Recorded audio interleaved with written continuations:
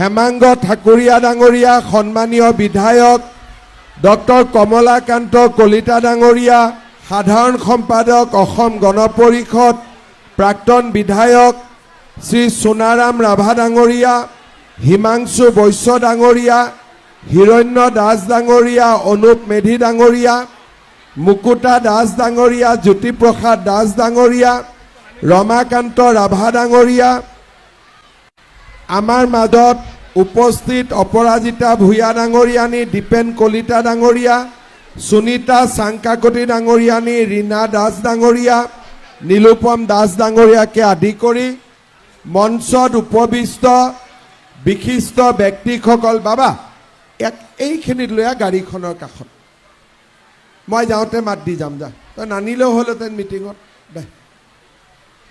আমাৰ আই মাতৃসকল আৰু যুৱক যুৱতী বন্ধু বান্ধৱীসকল, খবৰ কেনেকুৱা সকলোৰে? খবৰ ভাল নে বেয়া? তেতিয়াহ'লে ভাল যদি মোৰ লগত একেলগে কওক, ভাৰত মাতা কি, ভাৰত মাতা কি, Narendra Modi, Narendra Modi, BJP, BJP, AGP, AGP. বঢ়িয়া, খবৰ ভাল একদম, চব জিকি যাব, হয় নে নহয়? ইলেকশ্যন কোন তাৰিখে? 7 তাৰিখে। এতিয়া মই আপোনালোকক এটা কথা ক'ম, এই যে বহাগত পঞ্চায়তৰ ইলেকশ্যন হ'ব, চ'তত গৈ পেলাই বিধানসভাৰ ইলেকশ্যন হ'ব। সেইকাৰণে এই বছৰটো আমাৰ কাৰণে খুব গুৰুত্বপূৰ্ণ বছৰ।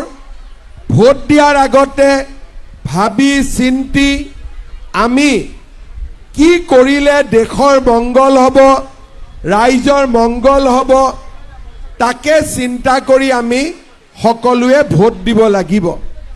আমাৰ ছয়গাঁও, আগতে ছয়গাঁও সমষ্টি আছিলে, এতিয়া ছয়গাঁৱৰ বিভিন্ন অঞ্চল পলাশবাৰী সমষ্টিলৈকে গ'ল, বকো নতুন সমষ্টি হ'ল, চমৰীয়া নতুন সমষ্টি হ'ল, আৰু বহুদিনে ছয়গাঁৱৰ ৰাইজ কংগ্ৰেছ দলৰ বিধায়কৰ লগত থাকিবলগীয়া হৈছিল।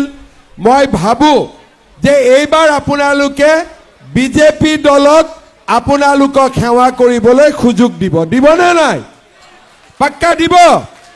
শ্ৰদ্ধা ৰাইজ, 7 তাৰিখে আমি নিৰ্বাচন হ'ব। এজিপি আৰু বিজেপি দল আমি একেলগে নিৰ্বাচন খেলিছোঁ। সেইকাৰণে বিজেপিৰ লগতে য'ত য'ত আমাৰ এজিপি দলৰ প্ৰাৰ্থী আছে তাতো আপোনালোকে ভোট দিব লাগিব। হাতী মানে পদুম, পদুম মানে হাতী। বুজি পালেনে নাই? বুজি পালেনে নাই? বঢ়িয়া। শ্ৰদ্ধা ৰাইজ, আজি আমাৰ পঞ্চায়ত নিৰ্বাচনৰ শেষ দিন।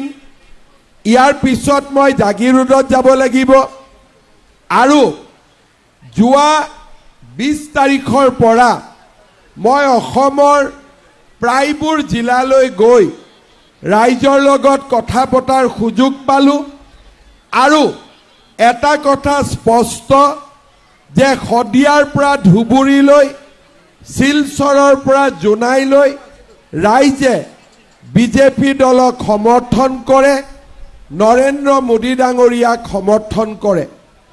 আমাৰ অসমত আগতেও চৰকাৰ আছিলে আৰু প্ৰত্যেক 5 বছৰৰ মূৰে মূৰে এখন চৰকাৰ আহে, এজন মুখ্যমন্ত্ৰী হয়। 1979 চনত মোৰ সেই সময়ত মই স্কুলত 5 বা 6ত পঢ়ি আছিলোঁ। 79 চনৰ পৰা 40 বছৰ আমি অসমত প্ৰতিটো দিন অশান্তিৰ মাজেৰে কটাইছিলোঁ। কেতিয়াবা আন্দোলন, কেতিয়াবা অসম বন্ধ, কেতিয়াবা কামৰূপ জিলা বন্ধ, কেতিয়াবা ছয়গাঁও বন্ধ, কেতিয়াবা কোকৰাঝাৰ বন্ধ, কেতিয়াবা কাৰ্বি আলং জিলা বন্ধ, কেতিয়াবা বোমা বিস্ফোৰণ, কেতিয়াবা গুলি খোৱাজনো অসমীয়া, গুলি মাৰাজনো অসমীয়া। আৰু